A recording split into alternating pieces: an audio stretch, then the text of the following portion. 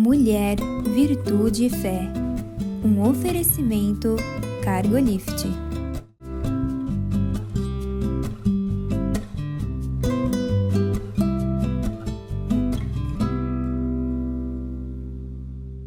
Olá, queridos, olá, queridas.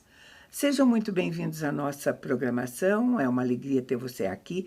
Muito obrigada pela confiança, pela escolha, pelo desejo de estarmos juntas, não é, Conceição? Verdade, Mirtz. É uma escolha realmente e a gente fica realmente muito feliz de você escolher estar conosco. A pauta é maravilhosa, fala de um assunto que é interessante para todas nós, né? Que Deus nos abençoe e muito feliz de estarmos aqui, né, Mirtz? Hoje nós vamos falar sobre família. Mais uma vez, mais uma vez, né? Um assunto maravilhoso. É um bom assunto porque eu acho que esses são dias onde, desde o termo, até o próprio termo família, como a composição dela, a qualidade dela, tem sido, assim, testada, né? Sim. São conceitos que aparecem na sociedade e tudo mais. A gente vai conversar um pouquinho, né? Como cristãs mesmo, né? Aquilo que a maneira da gente pensar, porque uma das coisas que eu acho é voltar para casa, voltar para a família, até voltar para um local que a gente chama de lar, né, Conceição? Sim. Porque tem algumas pessoas que moram sozinhas, por opção, às vezes não, mas até aqueles que moram sozinha, quando voltam para um lugar de aconchego, se sentem bem, não é assim? Voltam às origens, né? Voltam ao princípio. Tem... Porque às vezes mora sozinha e não encara aquela residência como um lar, né? Sim. E ali é um lar. Sim. Ali está se formando uma... Hoje é comum isso. Antigamente não. Antigamente os filhos ficavam com os pais até 40, 50 anos. Histórias bíblicas falam sobre isso. Hoje não, às vezes com 18, 20 anos já estão morando sozinhos, estudando. Não, ali é um lar. Voltar para casa, voltar para o lar. Eu acho, voltar para um lugar assim que seja um espaço físico que é de aconchego, né? Um espaço físico. Onde você vai encontrar segurança, alegria, o bem-estar, é no lar. A gente sempre acha que é uma zona de refúgio, né? Porque por mais que a gente esteja fazendo coisas que gosta muito, viajando, trabalhando, principalmente viajando. Gente, é uma delícia viajar. Aí você passa 1, 2 semanas fora. Na hora que você volta... É muito gostoso. Sabe? É tão gostoso quanto aquilo que você desfrutou, ou mais, né? Sim, voltar para casa realmente é o melhor lugar, Mirtz. Deus estabeleceu isso, né? É um lugar de segurança, de paz. E é importante também, porque às vezes a gente fala que os filhos encontram isso no lar. Mas os pais também. Para mim é uma delícia voltar para casa no final da tarde do trabalho. E foi bem. E quando eu fazia essa pauta que o título era Família, que é super amplo, eu estava justamente pensando numa narrativa de um pastor que usou essa voltar para casa para ele fazer um sermão dele do domingo. Sim. Ele mora no Rio de Janeiro, eles tocam uma ONG lá, estava ele e a esposa, quando de repente armou uma tempestade muito grande. E daí, quando ele viu que aquela tempestade estava se formando, ele falou para ela, vamos para casa. Sim. Porque as crianças estão em casa, O primeiro né? sentimento é vamos para casa. Vamos para casa e os filhos estariam lá. Mas foi muito rápido, de repente ficou tudo muito escuro e começou a cair muita água, assim, e o pessoal da ONG disse para ele, não, pastor, não vá, espera passar, porque neste ritmo, ele falou, não vou esperar passar, meus filhos estão lá sozinhos. E ele conta que um trajeto que ele levava da ONG até a casa dele de 20 minutos, ele levou 1 hora e pouco para fazer. Porque ele viu água vindo em demasia. Sim. E ele começou a pensar nisso, né? Pensar a mulher dele do lado dele, ele dizendo, olha, a nossa casa vai estar bem. Sim. Ele não estava só falando em fé, porque isso é que vai basear a nossa conversa. Sim. Ele estava lembrando da estrutura física que tinha a casa dele, primeiro. Como ele construiu. Como foi construída, Sim. né? E também aquilo que né? E as crianças que estavam lá, como eles tinham sempre cuidado em instruído as crianças. Porque ele mesmo diz, no Rio de Janeiro, essa não é a realidade de muitos. Sim. Uma chuva daquela despenca metade das casas morro, que estão em morro, serra, essas sim. coisas assim, né? E ele falou que foi nessa volta que ele pensou nesse texto que eu vou ler agora para eu e a Conceição conversarmos com você. Está lá no Evangelho de Mateus, capítulo 7, começando no 24, que diz assim: todo aquele, pois, que ouve estas minhas palavras e as põe em prática, será comparado a um homem prudente que edificou a sua casa sobre a rocha. A chuva caiu, os rios se encheram, os ventos sopraram e bateram com força contra aquela casa. Contudo, ela não caiu, porque estava alicerçada na rocha. Mas todo aquele que ouve essas minhas palavras e não as põe em prática, será comparado a um homem insensato que edificou a sua casa sobre a areia. E a chuva caiu, e os rios se encheram, os ventos sopraram e bateram com força contra aquela casa, e ela caiu, e a sua queda foi grande. Esse é o término do Sermão da Montanha, né? Jesus estava terminando o Sermão da Montanha e ele estava nos ensinando alguns princípios. Sim, esse pastor mesmo que você citou, a segurança dele estava naquilo que eles estavam vivendo com relação à casa, onde a casa foi construída, se tinha segurança, se não tinha. E muitos passam por aqui e não pensam nessa questão de construção de uma casa celestial. E às vezes imaginam até uma construção de uma casa celestial, uma casa física. Não, é o seu próprio corpo. A morada de Deus. E sabe, a metáfora, a comparação, ela é muito boa, porque ele vai usar que na construção dessa casa, ele vai usar que bateram ventos, tempestades, que são todas as circunstâncias ruins que acontecem na vida diária. Na nossa vida. Sim. Né? Na nossa vida, desde que nascemos, enquanto estivermos aqui... Vamos enfrentar problemas. A gente vai enfrentar chuva, tempestade, né? E o que importa, Mirtz, é a nossa reação diante das situações. Quer dizer, eu posso ter segurança, vem chuva, vem tempestade, vem vento, vem uma chuva forte, eu posso ter segurança e eu posso ficar apavorado. Então, a reação que a gente tem diz muito da nossa fé, né? É claro que ele fez uma figura física, junto também, uma casa como construção, né? Mas envolvida também aqueles que moram nela, os princípios daqueles que moram nela. No que você está pautando a tua vida, sobre que material você está construindo a tua vida. Este é o detalhe, sabe por quê? Qualquer um que tenha um mínimo, quem tem filhos, quem tem marido, quem tem netos, ou enfim, qualquer ajuntamento de pessoas que vive sobre esse planeta nunca vai estar isento de enfrentar tempestades. Que aqui significam realmente isso, problemas, né? De todo tipo. E ele usa a figura, mas ele deixa claro que o problema não é nem a chuva nem a tempestade. O problema é o fundamento onde você edificou a sua vida.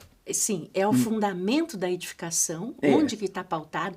Eu vi uma ilustração de um pai essa semana, que eu achei muito linda na internet. Nós estamos falando do lado espiritual. Mas esse pai, ele poderia ter feito pelo filho. Por exemplo, ele colocou umas barreiras de fios e ele já tinha passado. Ele passou e pulou, porque as pernas são grandes. E aí o filhinho pequenininho, de 2 aninhos... tentava passar e não conseguia, ficava nervoso e chorava. E o pai poderia ter voltado e pulado esse filho, os obstáculos, né? E ajudado, quer dizer, não treinar o filho para uma situação de uma adversidade. Ele deixou aquele filho. Até eu já estava com o coração, você fica, né?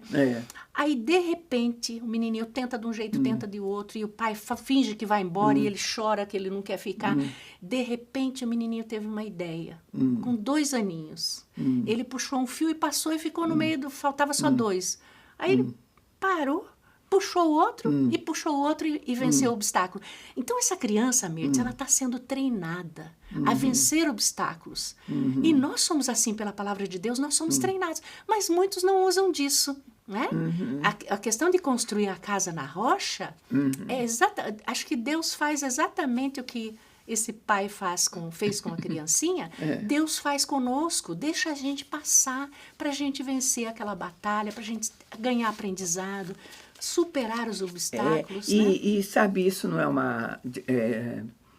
Deus não faz isso de uma maneira individual, porque a família é uma ideia de Deus. Sim. Ele nos coloca em família. Não só a família, não só a família nuclear, a nossa família biológica, tudo, mas até a igreja conta-se para Deus como uma família, como tendo estrutura de uma família, né? Uhum. E família, para nós cristãos e para uma porção de pessoas que a gente conhece, é sempre a maior preocupação. Você não vê que quando a gente se reúne numa mesa para orar e fala, você quer que ore por quê? Pela família. Quero que eu ore pela minha família. Sempre tem alguma coisa, ou seja, por uma coisa boa, por alguém que vai casar, ou por alguém que vai fazer vestibular, por alguém que está sem saúde. Esse é o amor pela de unidade. Deus. Enfim, a família é preocupação primordial, dá-se uma ênfase à família. A gente é o lugar que eu acho que a gente pode ser feliz, é o lugar onde você cresce. Então, uma criança aprende os valores, tudo, e a ênfase dada por Jesus na parábola é aonde você está, em cima de que alicerce você está construindo a sua família. Da sua família. A estrutura, né? Uhum. Então, ele diz assim, aquele que ouve as minhas palavras e coloca isso em prática vai estar fazendo o que é certo. Sim. Porque, nossa, quantos que a gente vê que conhecem a palavra de Deus, frequentam uma igreja e a família não está tão estruturada assim, né? Totalmente desestruturada, né? Quer dizer que a prática daquilo que a gente aprende na palavra de Deus faz a gente ter uma família mais forte, mais resiliente. Né? Jesus chama justamente para essa prática. Porque hoje, queira ou não, essa prática está muito ameaçada. Ameaçada de todos os lados, né? Sim.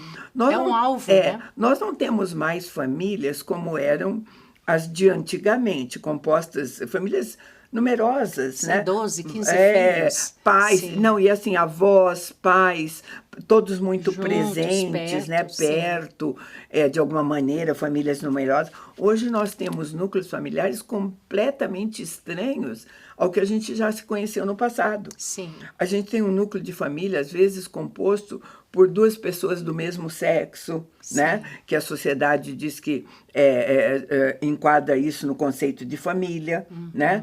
Hoje nós temos famílias onde a figura paterna não existe. Bom, isso sempre ocorreu, às vezes, por morte, por uma separação. Mas nunca na proporção de hoje. Nessa proporção, não. Uhum. Então, nós temos, e muito mais comum ainda, em casos de separação, onde se achava muito comum os filhos ficarem com as mães, hoje a gente tem famílias onde é o pai e os filhos, né? Sim. Sem aquela figura materna, porque tornou-se comum. É o tempo que nós vivemos, né? Sim. E mesmo, a gente está falando isso para mostrar diversidade, porque a gente fala em família, e às vezes famílias que, ao olhar de fora, você pensa, ela tem uma estrutura parecida com aquilo que a gente conhece. Está lá o pai, a mãe, os filhos juntos. A nossa pergunta sempre é, será? Será que mesmo com esse formato... Às vezes está no mesmo ambiente, vivendo na mesma casa e não tem esse convívio familiar. Tão distantes, cada um no seu celular, cada um no seu problema, e tão distantes. Nunca teve tanta comunicação e o ser humano nunca teve tão sozinho. Sozinho. Até mesmo em casa. A gente vai chamar um intervalo bem pequeno e a gente volta para continuar essa conversa.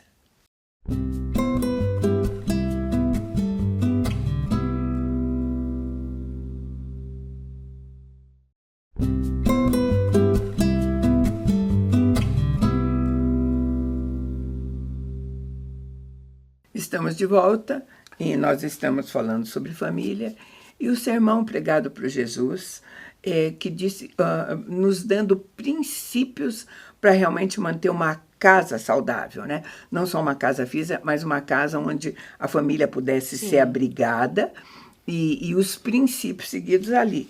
A gente falou que a gente tem construções, formações familiares, núcleos familiares muito, muito diversos. E hoje procura-se, de novo, alguns princípios. O que liga tanto essa diversidade de família? Aí pessoas acham que o que vale, conta tudo, é o amor. Em nome do amor, vale tudo, né? Sim. Mas nós conhecemos vários tipos de amor, né? A gente tem tanta coisa. Tem um amor que é só físico. Sim. Tem amor que a gente chama de amor platônico, que é uma obsessão. Uma idealização. Tem amor materno, amor paterno. Enfim, se a gente for classificar e tanta coisa, então será que só essa palavrinha amor seria um princípio sólido para unir uma família, né? Depende muito do tipo de amor. Pois é isso que eu digo, porque em nome do amor, sabe? Às vezes aquele assim, eu não vivo sem ele, é isso que vai... É uma coisa meio exagerada, meio fora do... Uma dependência uma emocional. Dependência tóxica, às vezes, né? Então, o amor tem o amor eros, que é aquele amor erótico, que é só aquele amor de atração física. Sim. Será que ele segura uma família inteira, né? Na nossa visão, nós temos uma visão de qual é o amor que sustenta, que é o amor ágape, né? Sabe? Que sustenta tudo isso, né, Mirtz? E este não traz... Este, quando ele é aplicado, ele não é aquele amor que vai deixar a sua família perfeita ou sem problemas, não, né? É o amor que supera nas dificuldades. Que vai justamente ajudar, né? Sim. Sabe? Porque Deus deu o filho dele, né? Nós estamos falando para morrer. Essa é a maior prova de amor, né? Uma prova de amor para morrer por aquele que não merecia isso, né? Sim. Então, nós temos dentro da família a atuação de um amor sacrificial. Né? Esse amor sacrificial é a base de uma família. Não importa como seja essa família, se é só o pai, os 2 filhos, não seja importa. lá quem for. Mas a base, os ensinamentos da palavra de Deus, fala que esse amor é a base de sustentação para uma família. Porque uma família tem seus problemas, suas dificuldades, suas lutas, né? Se você tem um filho que de repente começa a usar droga e fica completamente fora dos padrões desejáveis, porque daí ele prejudica ele mesmo, prejudica os outros e tudo mais. Com que tipo de amor você vai dispensar esse filho? Não é ninguém, né, descarta o filho assim. Né? A palavra de Deus nos ensina, por exemplo, uma vez filho de Deus, sempre filho, porque misturou o gen, né?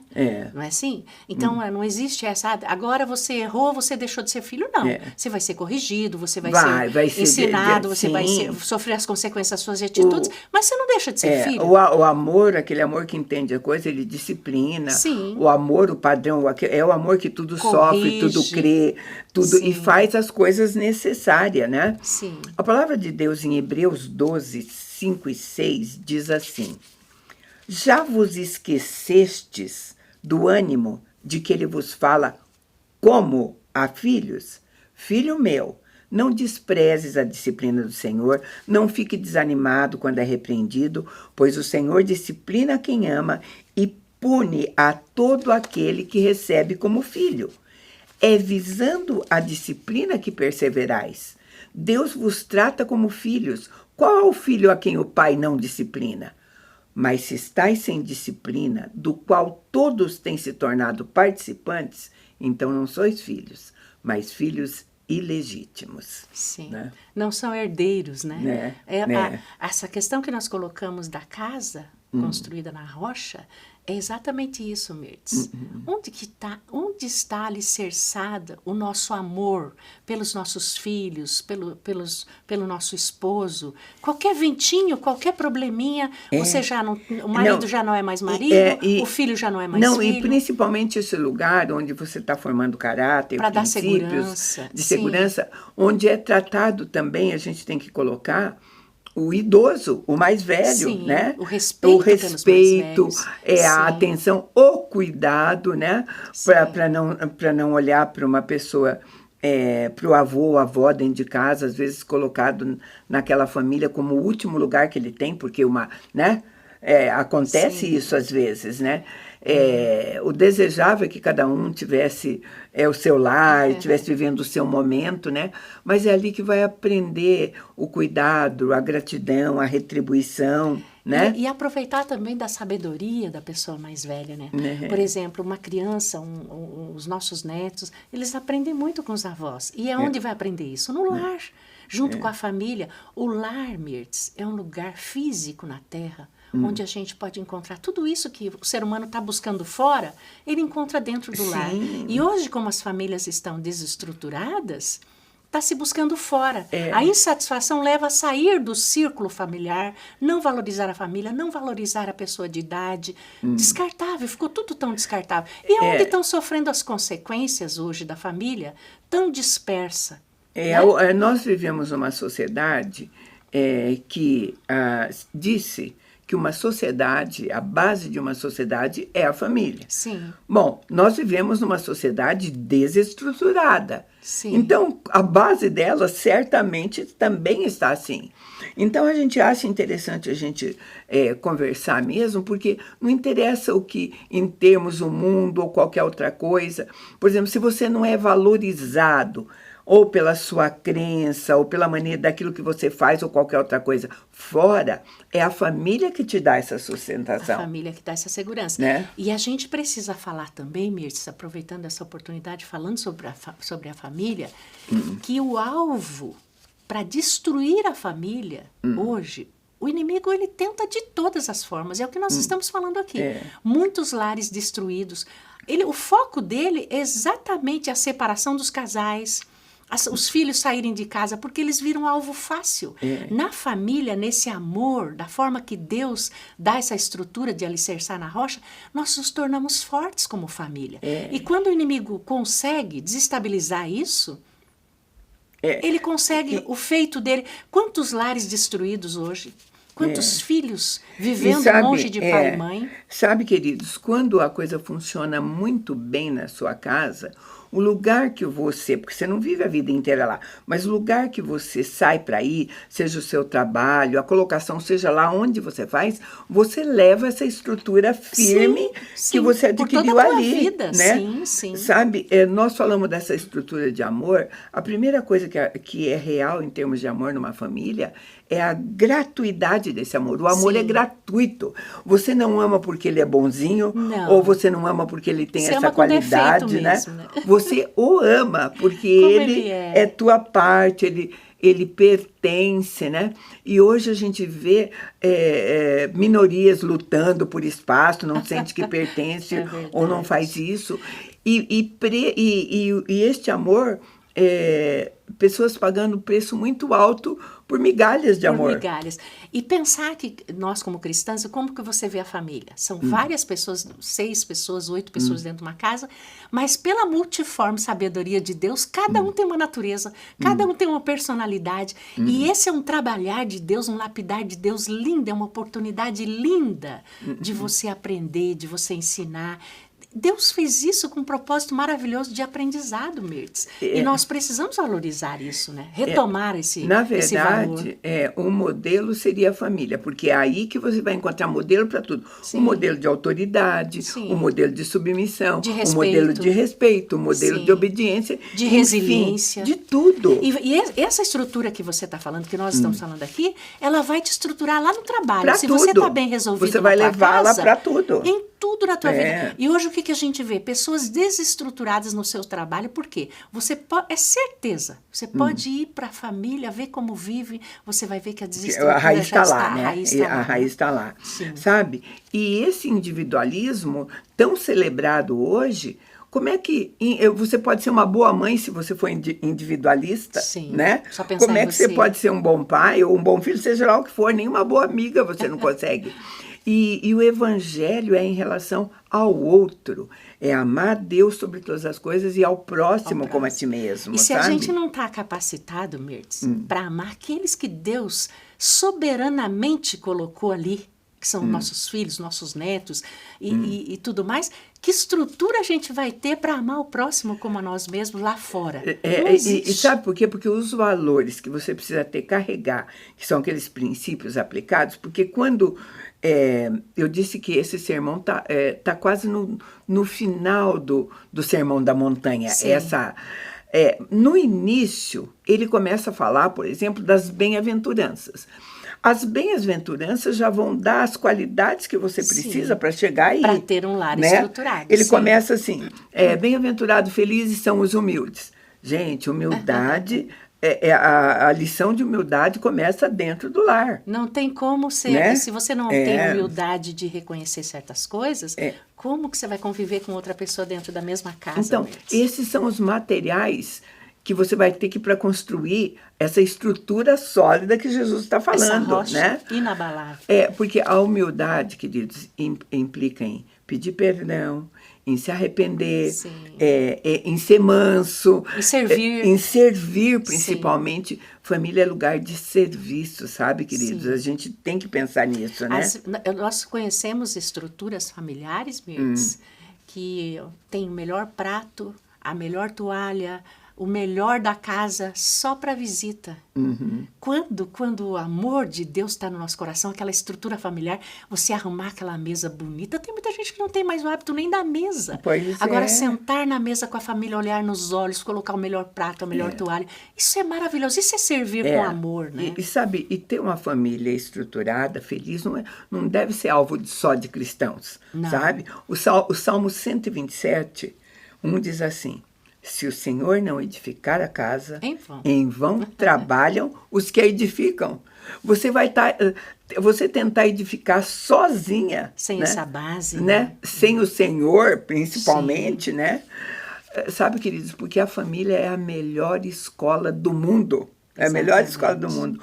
Você vai ter todas as oportunidades, sabe?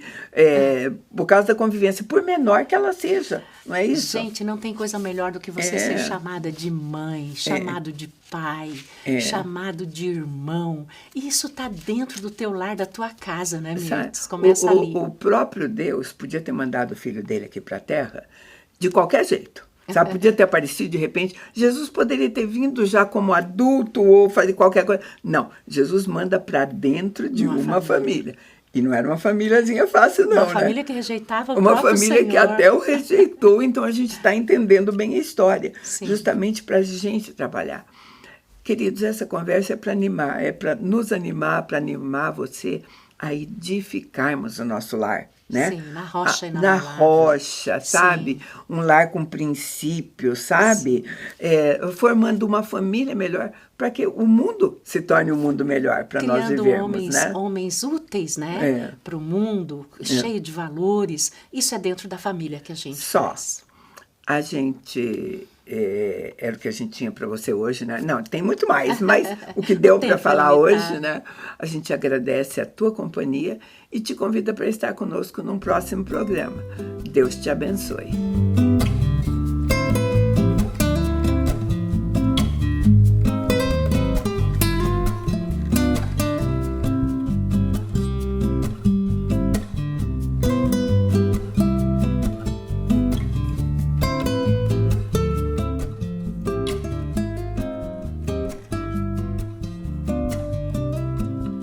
Mulher, Virtude e Fé. Um oferecimento Cargolift.